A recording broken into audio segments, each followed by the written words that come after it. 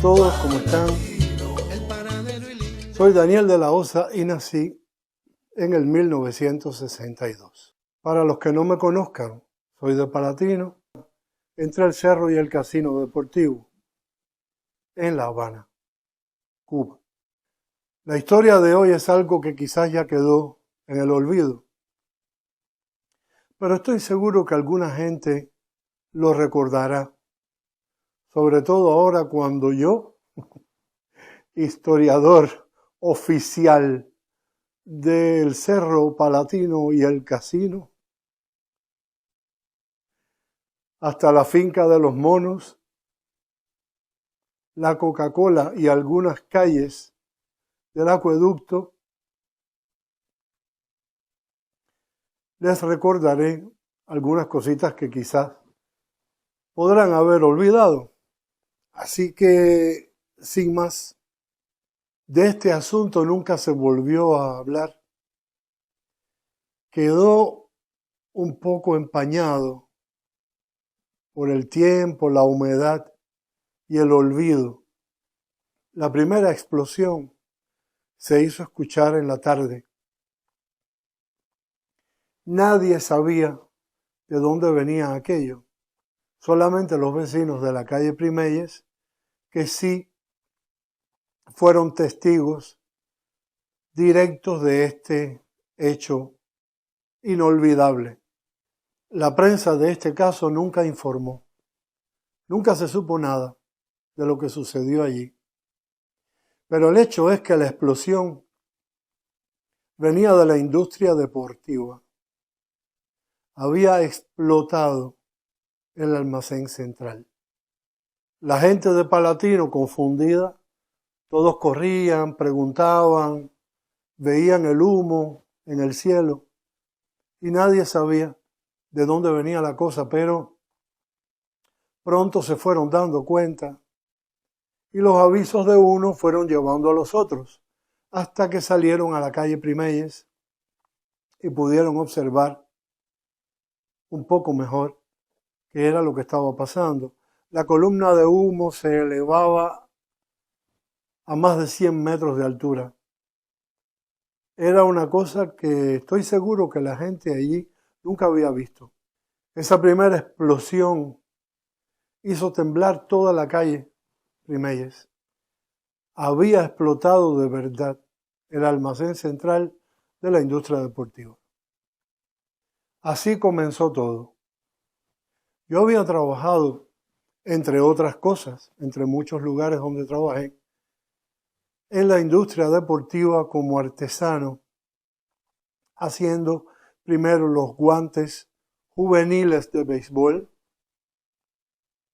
Los cosíamos a mano y después trabajé en una nave que era colindante donde se preparaban los spikes de béisbol, también juveniles. Es decir, con tacos de goma. Allí yo hacía en una máquina el acabado de la suela para que quedara todo liso y bonito, y después con una pistola le dábamos un baño de acetato de polivinilo para que quedaran bien brillantes.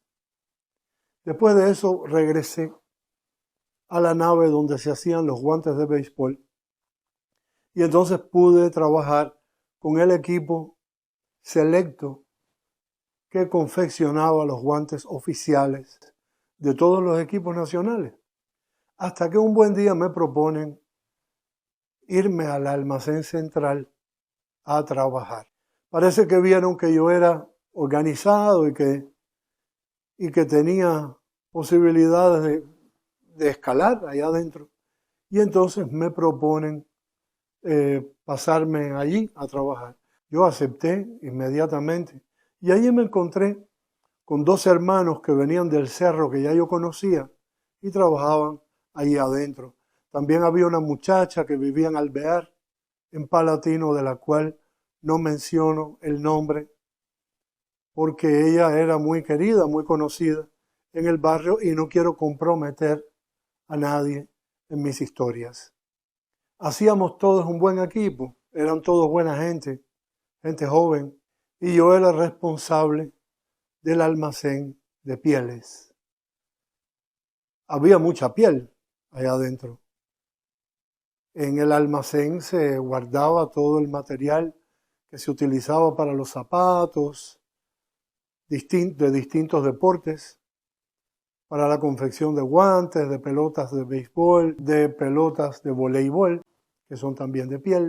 Yo cuando llegué allí, inmediatamente hice un inventario y les prometo que allí no faltaba ni un alfiler.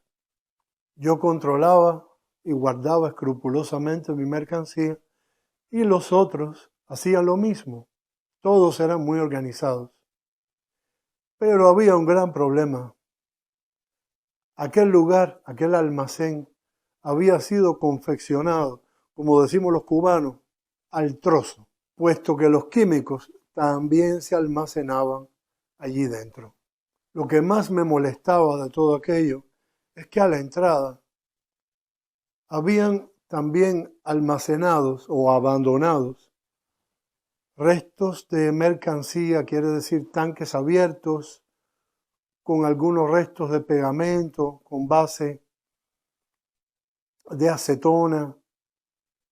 Había grasa para las máquinas, tanques con restos de resina epóxica que se utilizaban para la parte de confección de las embarcaciones deportivas. Es decir, yo protesté muchas veces porque había mucho desorden a la entrada, al exterior, a la intemperie de aquel almacén. Y todos aquellos químicos eran altamente contaminantes y también altamente inflamables. Como dije, muchas veces protesté.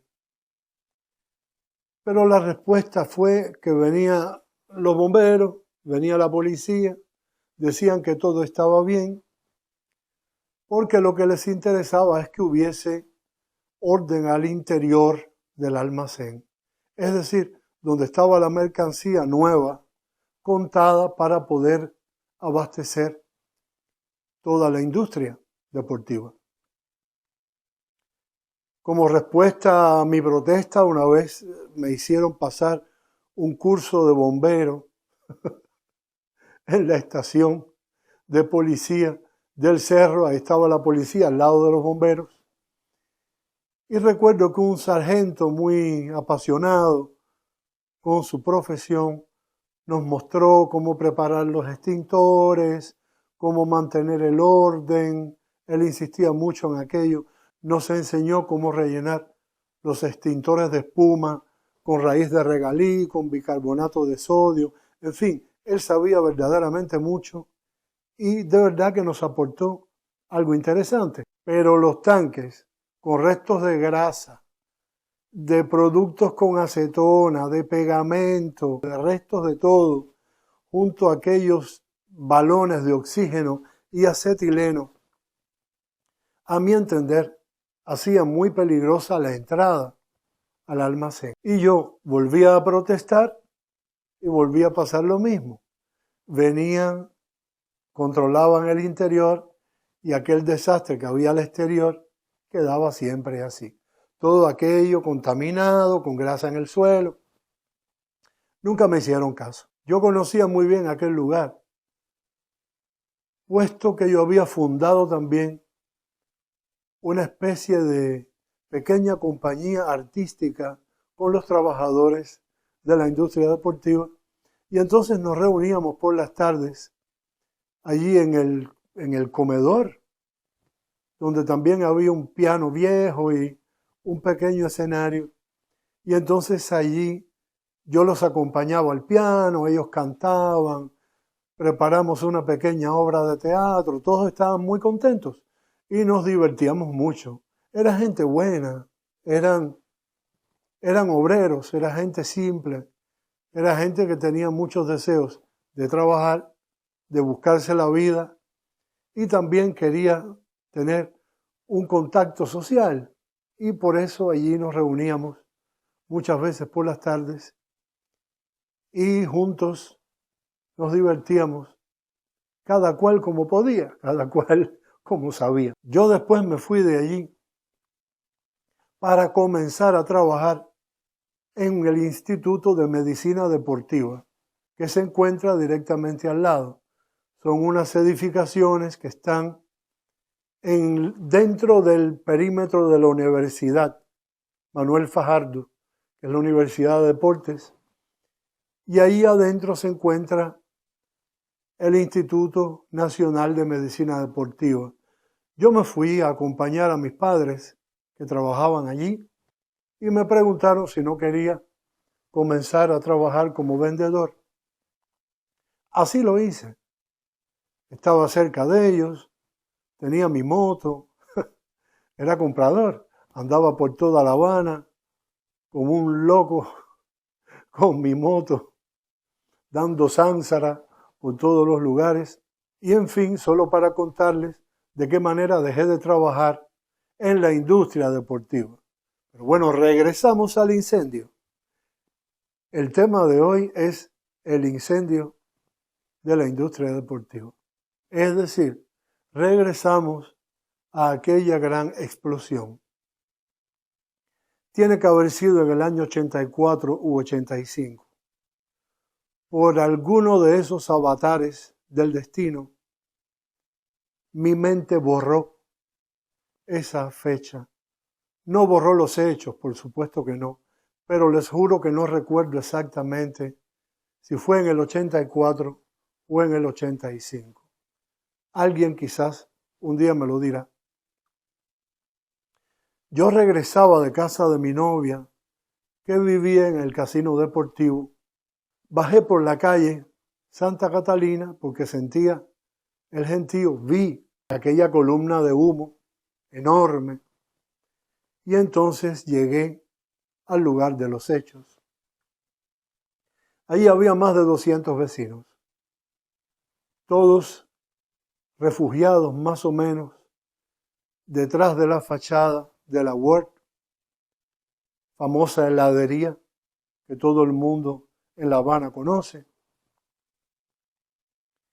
Y prácticamente en la cara me dio la onda expansiva de la segunda explosión. Aquello en cuestión de minutos se convirtió en el infierno de Dante. Una explosión tras otra. Salían aquellos tanques volando porque lo que explotaba uno a uno, por simpatía, era primero la reserva de pegamento con base de acetona, es decir, eso que llamamos el baje. También había recipientes que contenían acetona, había mucho líquido inflamable ahí adentro. Los tanques de aceite que había también allí adentro, porque se guardaba el aceite para las máquinas, se guardaba la grasa también, como ya les expliqué, más todo lo que estaba en el exterior, que no podía explotar porque estaba abierto, pero contribuía a alimentar aquel incendio que cada vez era más fuerte. Como digo, aquello no había manera de controlarlo. Los bomberos no podían acercarse, no podían entrar allí, porque tenían que esperar que explotara todo lo que iba a explotar. Así era la cosa. Mientras hubiera algún explosivo que podía proyectarse contra algo o poner en peligro la vida de los bomberos, allí no podían entrar. Ya no había peligro para la gente porque todos estaban fuera. Aquel lugar se evacuó inmediatamente, pero seguían explotando uno tras otro todos aquellos elementos que eran altamente explosivos, los balones de oxígeno y acetileno. Después, ya por el calor, se incendió también la grasa, el aceite, los textiles, las pieles. Aquello fue un gran infierno. Solo para recordarles, aún hoy, Nadie sabe qué cosa pasó. Nunca nadie fue informado de lo que sucedió allí. Y aquello quedó como un gran secreto, como en aquella época, o como en esta, en Cuba, que las cosas se callan. Y como no hay una prensa libre, nadie sabe nunca lo que pasó. Yo sinceramente no creo que aquello haya sido un sabotaje o algo por el estilo. Pienso sencillamente que la negligencia, el reguero, la falta de control, muchas veces se convierten en algo muy peligroso y termina reaccionando como un cóctel Molotov. Pienso que fue una negligencia, una suma de casualidades que, como dije, termina siendo siempre explosiva. Hasta aquí por hoy. Si alguien no lo recordaba, yo se los cuento, para que quizás ustedes se los cuenten a vuestros hijos, o para que refresquen la mente. Se me olvidó la fecha. Me hubiera gustado decirles qué día sucedió, pero bueno, ya me estoy poniendo viejo. Pórtense bien, un gran abrazo. No hablen nunca mal de nadie. Les deseo lo mejor. Chao.